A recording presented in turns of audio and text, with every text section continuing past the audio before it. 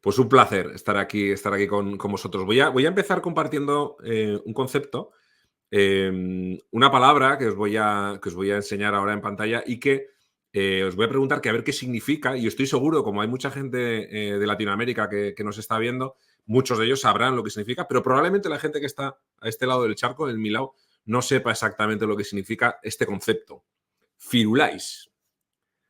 Firulais, que es una palabra que tiene una sonoridad para mí maravillosa y que si no sabéis lo que es, no miréis el chat los que no sepáis lo que es, no hagáis trampas.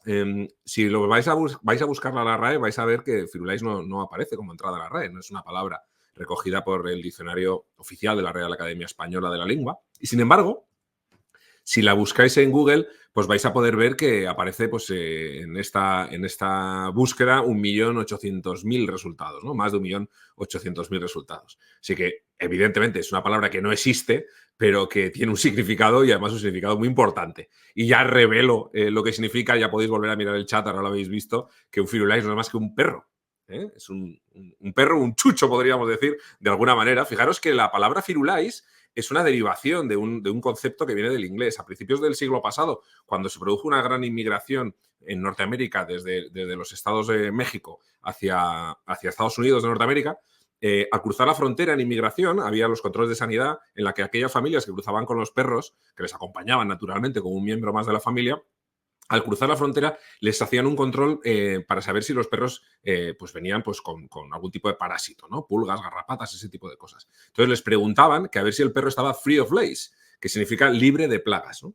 Entonces, a medida que iban cruzando los mexicanos que tenían pues, conocimiento de inglés muy justito, hablaban de que un perro era un perro bien cuidado cuando era un perro free of lice, y poco a poco fue derivando la palabra que mi perro es un firulais, un free of lice, un firulais, y que quería decir de alguna manera que era un perro que estaba bien cuidado, aunque hoy en día ha evolucionado y un firulais es cualquier perro que te encuentras por la calle e incluso se utiliza como nombre muchas veces del perro, ¿no?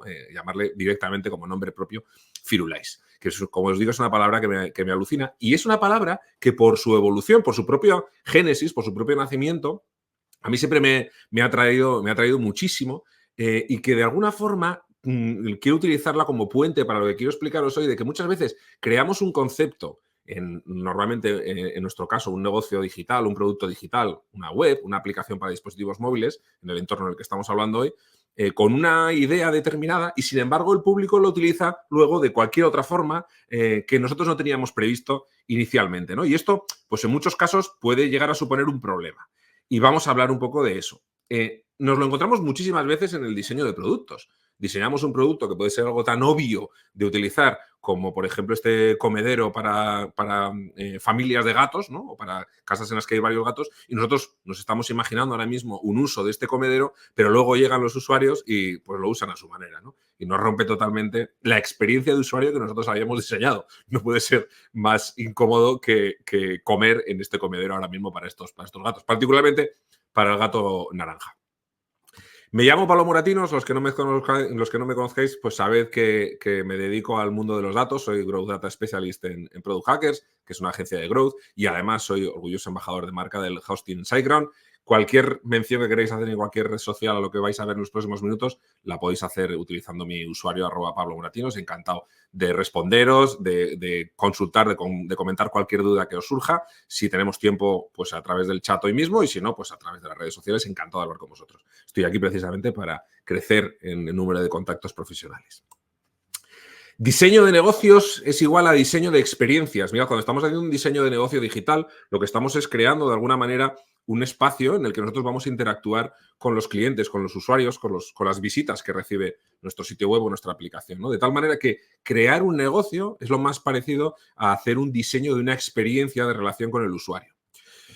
¿Tienes un negocio? Si tienes un negocio, eres una persona habilitadora de esas relaciones que estábamos hablando, eres una diseñadora de experiencias y eres una persona ingeniera de relaciones. Estos tres conceptos van a estar directamente relacionados con lo que vamos a hablar ahora de montar un negocio digital. ¿Por qué? Porque todo va a consistir en cómo se establece una relación entre nosotros que hemos creado el sitio web y la persona que lo está visitando. Cualquier fricción que se produzca en esa relación va a afectar directamente al negocio. Por eso, cuanto más suave, cuanto más fluida sea la experiencia de un usuario en un sitio, mejor será para nuestro negocio.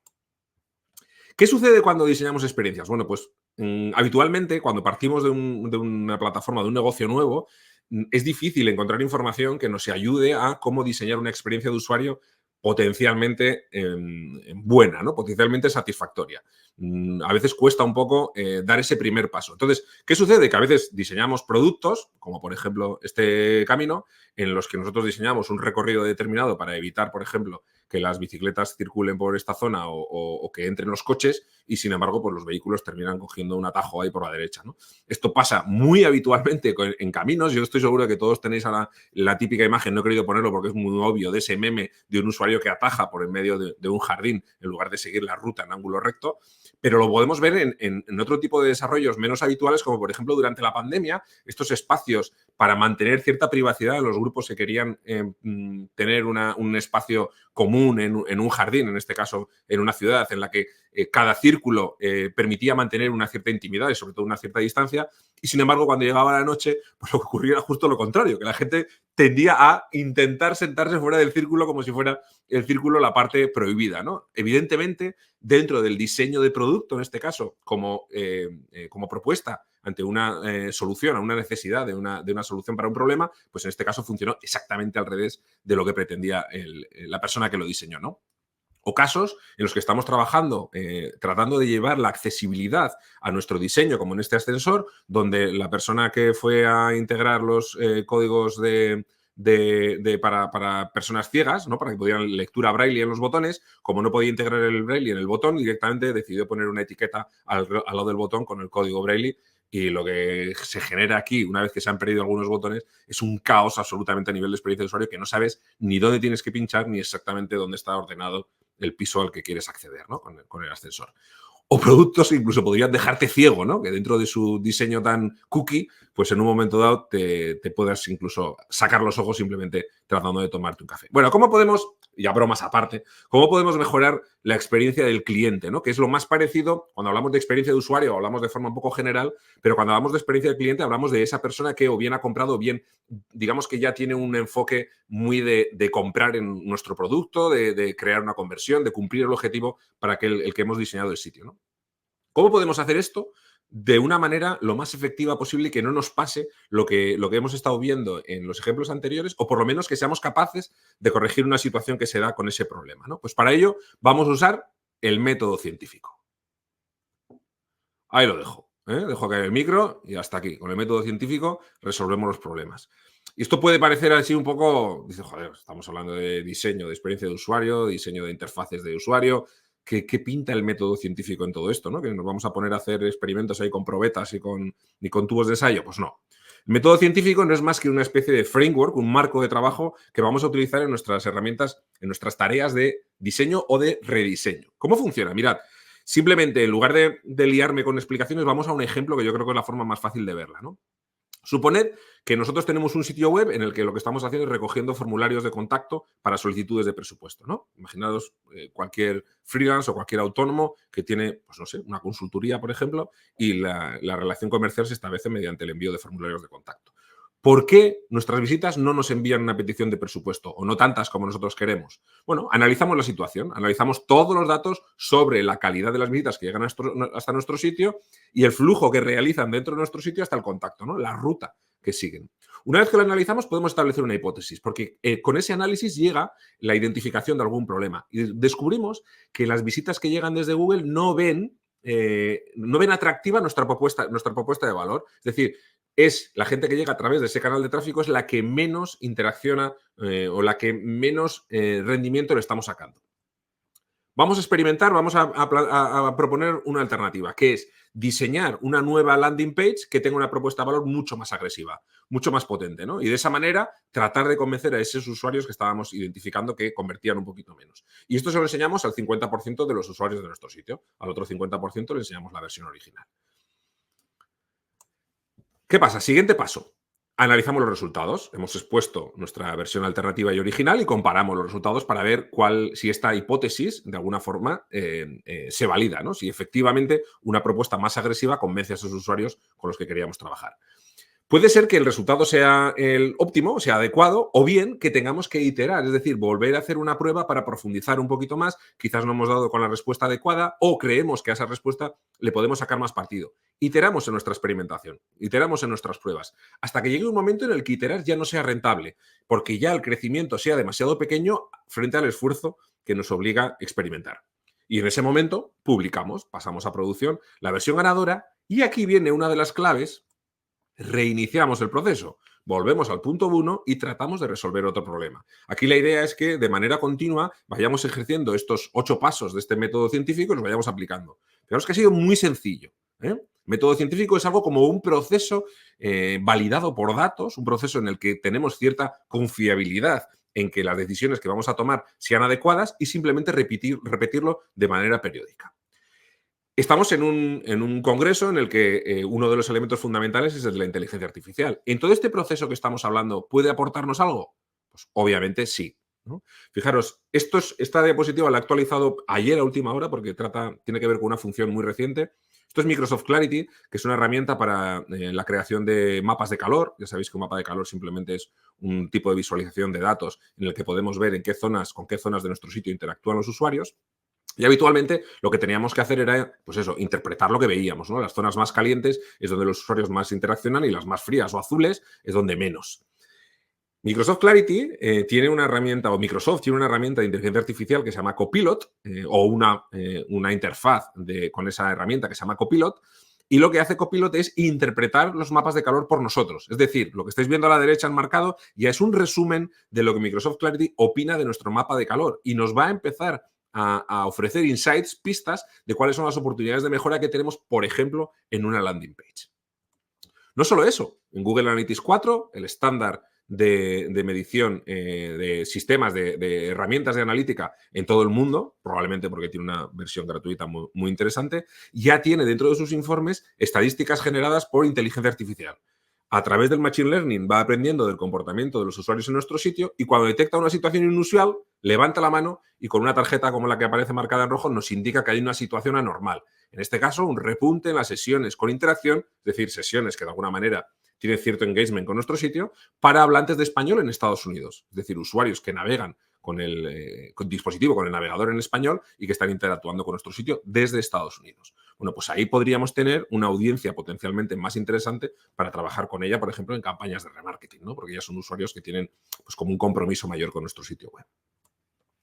Además, como hemos visto en la sesión anterior con Adrián, que ha estado súper interesante, podemos utilizar ChatGPT como incluso una herramienta que nos aporte ideas, ¿no? ¿Cómo podría potenciar una llamada a la acción como compra ya en una landing page? Y de aquí ChatGPT nos hace una serie de sugerencias. Normalmente, estas primeras sugerencias que nos hace siempre son muy obvias, pero si estáis trabajando ya en un nivel un poquito más exigente, podéis pedirle que te dé opciones más avanzadas o que profundice en alguna de ellas e ir desarrollando. Es un poco como un agujero de gusano, ¿no? En el que cuanto más dentro nos metemos, cada vez es más profundo. Pues en este caso, yo os recomiendo que escojáis una de las opciones y que le pidáis que profundice un poquito más en ello.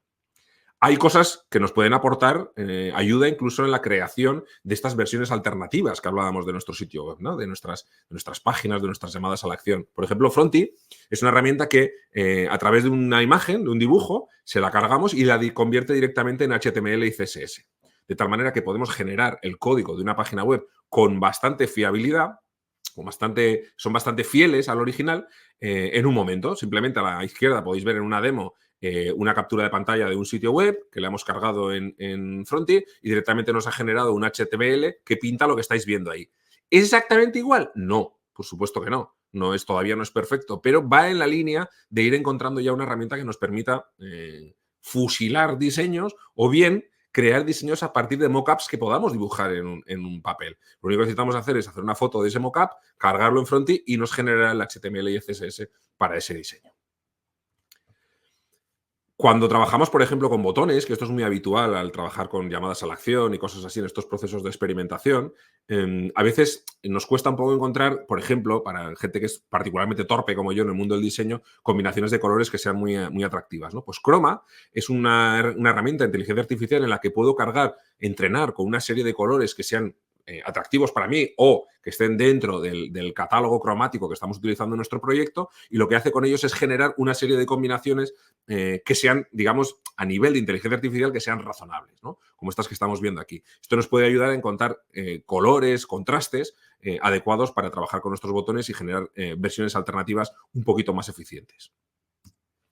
Y de nuevo, volviendo a ChatGPT, una cosa en la que nos puede ayudar es, por ejemplo, a la hora de hacer previsiones sobre test A/B. Porque ¿cuántos usuarios necesito para trabajar, para validar, por ejemplo, un test A/B en un sitio donde quiero comprobar una mejora en la conversión del 100%, es decir, duplicar la conversión que estoy teniendo en mi sitio, si tengo 10.000 visitas a la semana? ¿Cuánto tiempo voy a tener que estar haciendo este experimento hasta tener unos datos fiables, ¿no? Y partiendo, como veis en la captura de pantalla, que tenga una tasa de conversión ahora mismo del 1,7%. Es decir, que de cada 1.000 usuarios que entran en mi sitio, pues 17 de ellos están comprando, ¿no? ¿Cuánto tiempo necesito de experimento? Pues directamente ChatGPT nos hace el cálculo, nos ofrece la información de cuánto tiempo, cuántos usuarios tendrán que pasar por mi experimento para tener unos datos. En este caso, el estándar de la industria es con una significancia, una confiabilidad del 95%. Pues en todo este proceso matemático que se requiere detrás de una experimentación basada en el método científico, ChatGPT nos ayuda,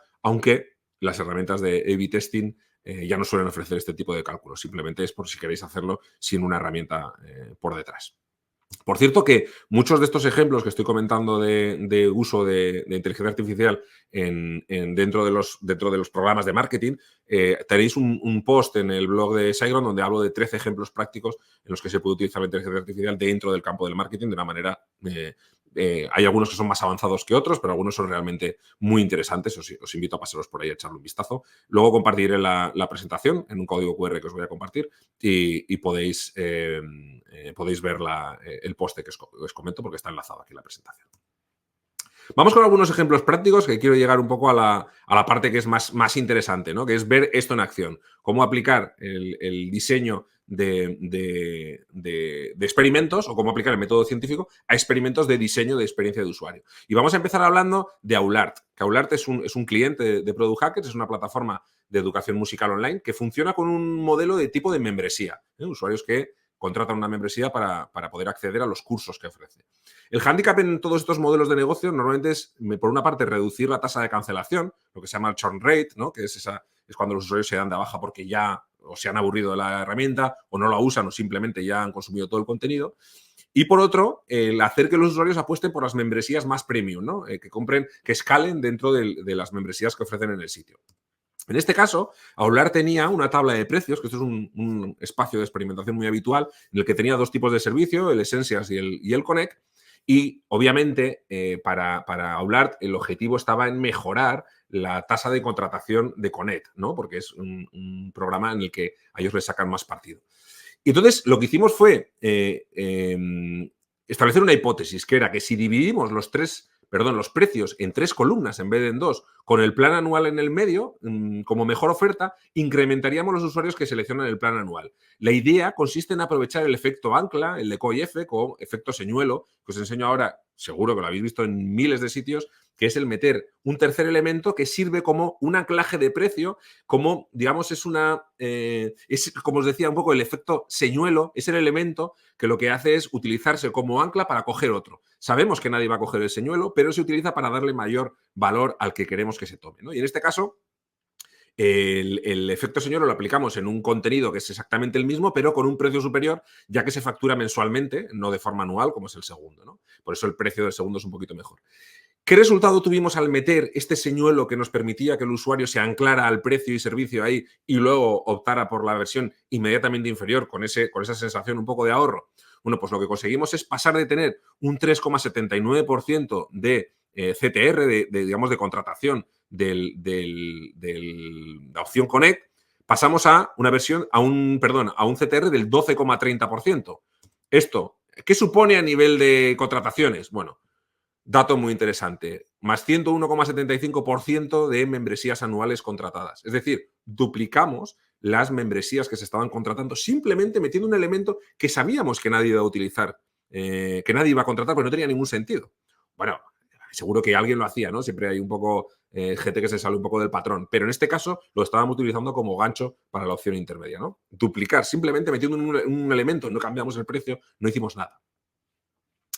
Vamos con otro ejemplo. Esto es una compañía eléctrica, Gana Energía, que es uno de los mayores hándicaps que tienen este tipo de negocios, es que la selección de la tarifa suele ser un poco compleja, ¿no? Hay diferentes tarifas eléctricas. Yo estoy seguro que con todos los apretones que hubo el año pasado con el tema de la subida de la energía eléctrica, seguro que alguno pensó en cambiar de tarifa y tal, y luego lo vas aplazando porque es súper complejo, ¿no? Bueno, pues en este caso, en Gana Energía, lo que teníamos era una página de lista de productos donde se mostraban, ahí ves 3 personas en la parte de la izquierda, son las 3 tarifas que se ofrecían, ¿no? Entonces tú, a partir de aquí, tenías que evaluar la información que había en la página y escoger aquel producto que más te interesara.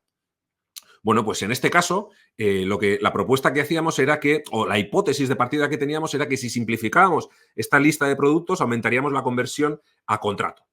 Creemos que reduciendo el número de elementos de la página, centramos de alguna forma la atención del usuario en los triggers principales, que son el precio barato y en las tarifas, ¿no? Que es lo que importa realmente a la gente que está ahí. De tal manera que aumentaríamos la conversión.